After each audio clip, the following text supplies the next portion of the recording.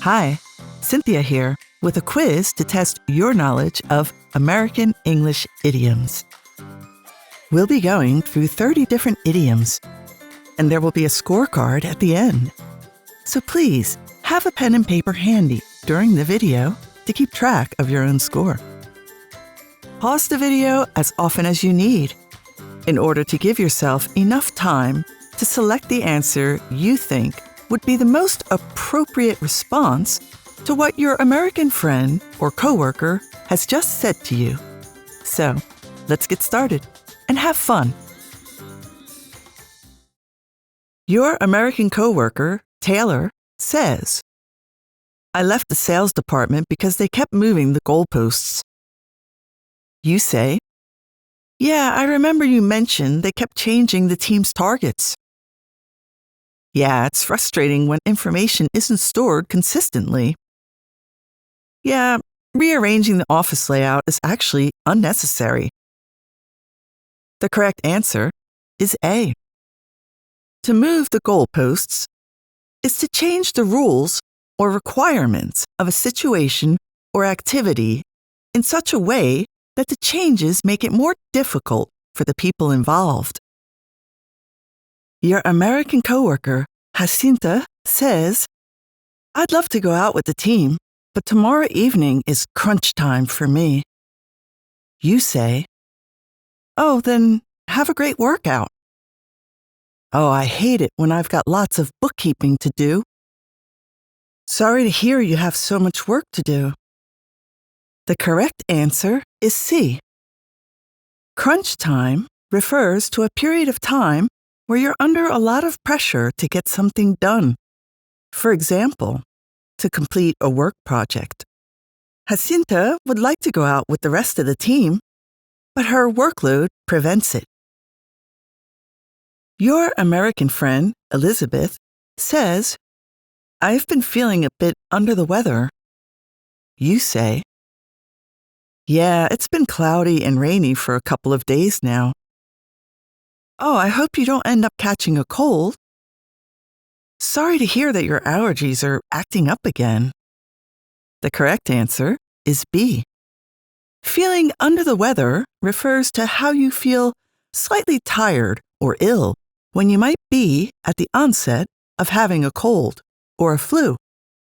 However, it's not used to refer to a long-lasting or seasonal situation as caused by pollen allergies. Your American coworker, Shokufe, says, "I think our company needs to jump on the bandwagon with environmentally friendly packaging." You say, "Yeah, we should probably take a clear position on that." I agree. So many have already done so. It's obviously important to consumers. Yes, it should be loud and colorful so that it demands attention. The correct answer is B. To jump on the bandwagon means to join in on or copy a trend that's currently popular. Your American coworker, Chanyol, says, "Dan's got a lot going on at the moment. He's practically running on fumes." You say, "He needs to make sure he's eating and drinking enough. He's always out on the road traveling. How tiring. I hope he gets the time to catch up on his rest soon." The correct answer is C. To run on fumes means you are exhausted from not getting enough sleep, yet are still trying to stay awake and get things done. Your American friend Raul says, "At my job, we're operating with a skeleton crew at the moment." You say, "I hope more of your staff return soon.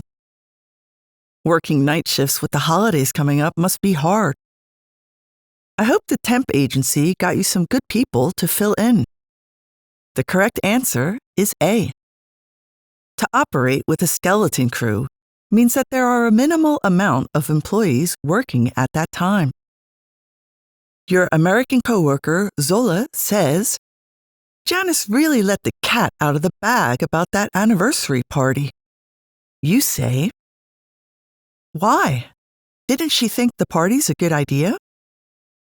I hope she'll be calmed down by the time of the party. Well, she was probably too excited to keep it a secret. The correct answer is C.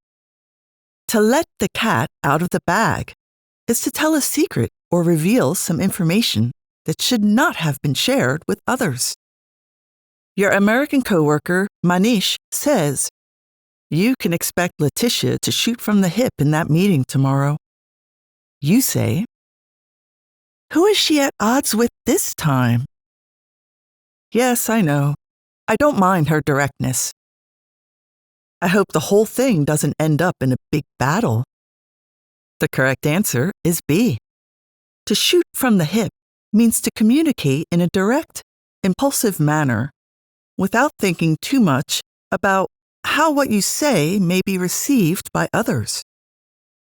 Your American coworker, Anya, says, I heard it through the grapevine that Lily and Andrew are an item. You say, oh, really? When did you see them together? Really? But perhaps it's just a rumor. Yes, I think they even announced their engagement. The correct answer is B. To hear something through the grapevine means to receive information indirectly from an unofficial source, usually through word-of-mouth gossip. What was heard might be the truth or might just be a rumor. Your American coworker, Taylor, says, I'm fed up with the accusations.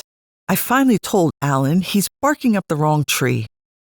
You say, yes, he should leave you alone and get to the root of the problem instead. Geez, why does Alan have to be so aggressive with others?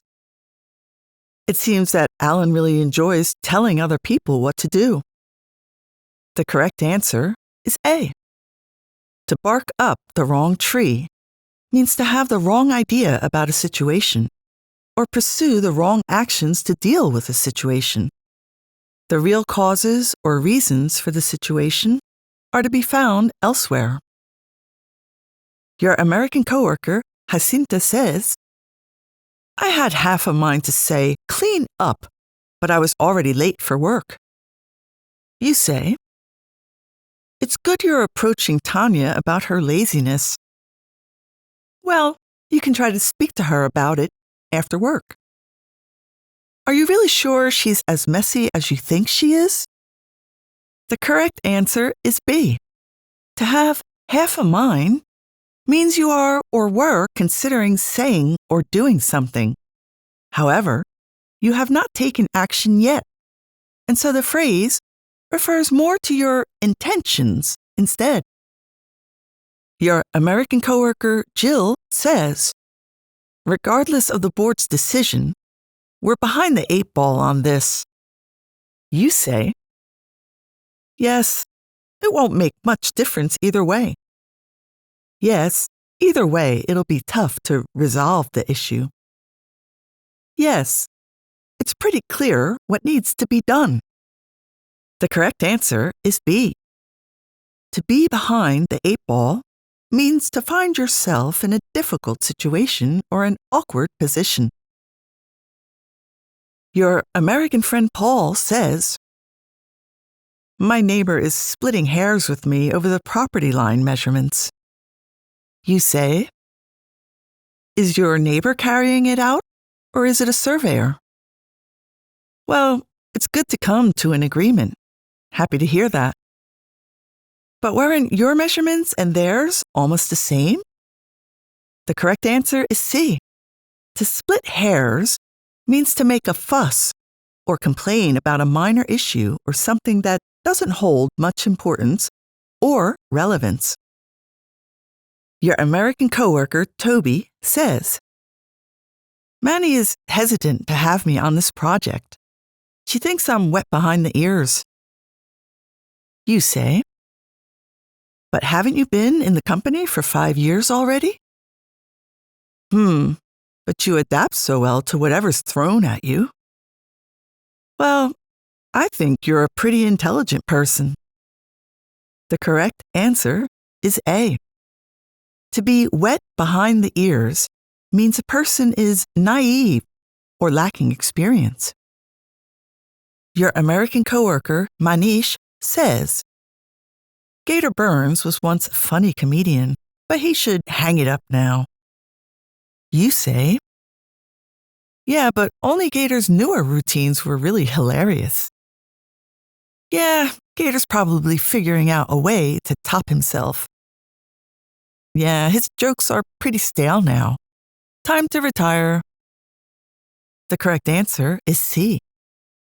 To hang something up means to put an end to something, to stop doing it. Your American coworker, Tui, says, I think this go-kart place would be right up Sasha's alley. You say, yeah, I think he'd really enjoy something like that too.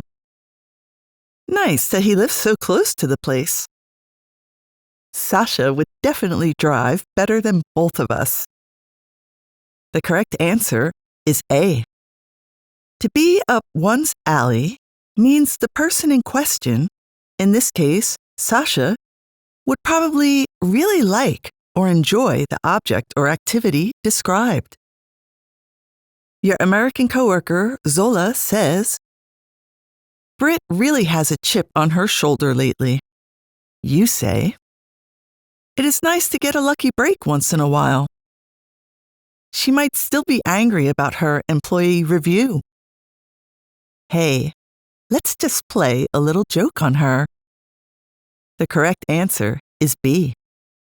To have a chip on your shoulder means that a person appears to be angry or have an unpleasant attitude, usually because they feel that they were treated unfairly. Your American friend, Raul, says, it's like putting lipstick on a pig, that remodeling of the mall. You say, yeah, they did make it more aesthetically pleasing. Well, they still can't hide that plain 90s building style. The new look doesn't fit. It might have been better elsewhere. The correct answer is B. To put lipstick on a pig means to make superficial, cosmetic changes to something, which will not produce a better aesthetic result. Your American coworker, Chanyol, says, Anton's like that sometimes. Don't let him get your goat. You say, don't worry, I won't let his comments bother me. I know. He's always trying to compete with me. He's constantly in a bad mood. What's wrong with him? The correct answer is A. To get someone's goat means to anger, annoy, or frustrate them intentionally. It can even mean to push someone so that they lose their temper and overreact to the situation. Your American friend, Elizabeth, says, Harry quit after 30 years of smoking, cold turkey. You say, well, it is hard to remain smoke-free for that long. After smoking for so long, weaning himself off will be hard. Wow, that's really commendable to just stop at once. The correct answer is C. To stop or quit something, cold turkey, means to cease an unhealthy activity, in particular, one that is based on psychological or physical addiction to nicotine or alcohol or other drugs, suddenly and completely. Your American friend, Paul, says, I like shooting the breeze with my neighbor after doing the yard work. You say, that's a nice way to catch up and chat with your neighbor. Playing a game together is a nice way to relax after working. Oh, you're both interested in hunting. The correct answer is A. To shoot the breeze is to engage in casual conversation with someone, where you'll talk about things that aren't serious or important, just to pass time and entertain one another. Your American coworker Toby says, "The car I just bought has changed hands 3 times." You say, "That's good. Sounds like it received regular maintenance." "Wow, but you told me the car is 5 years old. That's a lot." "Well, maybe the 3rd time is the lucky charm." The correct answer is B. When an item changes hands, it passes on to another person. So, Toby's car has already had 3 previous owners. This also applies to businesses as well. You could say, for example, that a shoe store has already changed hands 3 times. Your American coworker, Tui, says, "On Thursday, we were presented with a ballpark figure for the road show." You say, "Good that we're starting to get some rough figures in." "Well, that'd be an interesting venue to consider." "Oh, great. We really need those numbers to get started on the billing." The correct answer is A. A ballpark figure refers to a general, not very precise estimate of what something will cost. It is usually a type of preliminary estimate or figure, which will be replaced by more accurate estimates later on. Your American coworker, Jill, says, "Just giving you a heads up that the regional director is coming tomorrow." You say, "Thanks for the briefing about her visit tomorrow." "Well, I'm honored that she wants to meet me while she's here." "Thanks for letting me know. I'll tidy up my workspace a bit." The correct answer is C. To give someone a heads up about something is to make them aware of, inform them of, or even warn them of something that's about to happen in advance. Your American coworker, Zola, says, "Amanda was really all over the map with that event planning." You say, "Yeah, she's put a lot of careful thought solely into the event." Yes, she certainly seemed to cover pretty much every aspect. Yes, her presentation was hard to follow, a bit chaotic. The correct answer is C. To be all over the map means to stray with your thoughts on a topic, to go off on tangents not related to the main topic, which is why Amanda's coworkers were confused by her presentation. Your American friend, Raul, says, "I was studying full-time and working part-time, and I couldn't hack it." You say, "Yes, it's not easy to reduce your hours in that situation." Well, that would be tough for anyone to manage. It's good you decided to just concentrate on your studies. The correct answer is B. To not be able to hack something means that a situation can't be successfully managed or dealt with. It's typically used in the negative, meaning we talk about what we couldn't hack rather than what we could hack. Your American coworker, Taylor, says, "Ali is the type of manager who's not afraid to get his hands dirty." You say, "I just hope he doesn't get us into any trouble down the road." Yes, it's fortunate Ali is good at working with his hands. We're lucky to have a manager who supports us in our work. The correct answer is C. Especially at the workplace, someone who isn't afraid to get their hands dirty is someone, usually in a supervisory role, who actively assists and supports their team, perhaps taking on some of their team's tasks and easing their workload. Your American coworker, Jill, says, "Today, employees aren't willing to jump through so many hoops." You say, "Yes, they're certainly not willing to make the same sacrifices for success." Yep, they aren't devoted to educating themselves like in the past. Yeah, a good track record is more important than applicable skills. The correct answer is A. To jump through hoops means to do a lot of extra, difficult, or even boring things to achieve something or to get what you want. Your American coworker, Shokufe, says, "That sushi restaurant chain we love has gone belly up." You say, "Nice to hear they're expanding. Their sushi is really good." "Oh, not another good place for lunch that's gone." "Well, I think the portions in their sushi sets are already good." The correct answer is B.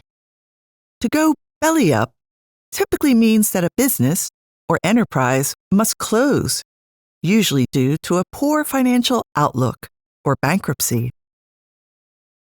Your American coworker, Anya, says, "The whole time, Mariam kept trying to hammer home to me that she has seniority." You say, "Why does she keep mentioning it? She only started 4 months before you." It's kind of odd that she feels so insecure about her performance. Management's got that on record. Why would she need to remind them of it? The correct answer is A. To hammer something home means a person emphasizes or repeats a point in a somewhat forceful way to make it clearly understood by others. Okay, now let's see how you did. Here are the correct answers for all 30 questions. Give yourself 1 point for each correct answer. Pause the video if you need time to add up your score. 25 to 30 points. Congratulations! Your understanding of these idioms is on par with a native speaker. 20 to 25 points. You've answered many of the questions correctly and have a great command of idiomatic phrases. 15 to 20 points. You've responded to 50% or more of these idioms appropriately. That's excellent and commendable for a foreign speaker. Less than 15 points. Perhaps your exposure to idioms has been limited so far. But if you were otherwise able to follow along and understand the situations presented in this quiz, your English is at a generally solid level. You can download the quiz and answers as a free PDF. And for those of you who are curious, it also includes information about the origins of these idioms. For example, that barking up the wrong tree came from how hunting dogs were tricked by the animals they were pursuing. I've put the link to the PDF below in the comments. If you've enjoyed this quiz, please share it with your friends. Leave me a like and subscribe to my channel. More videos are on the way.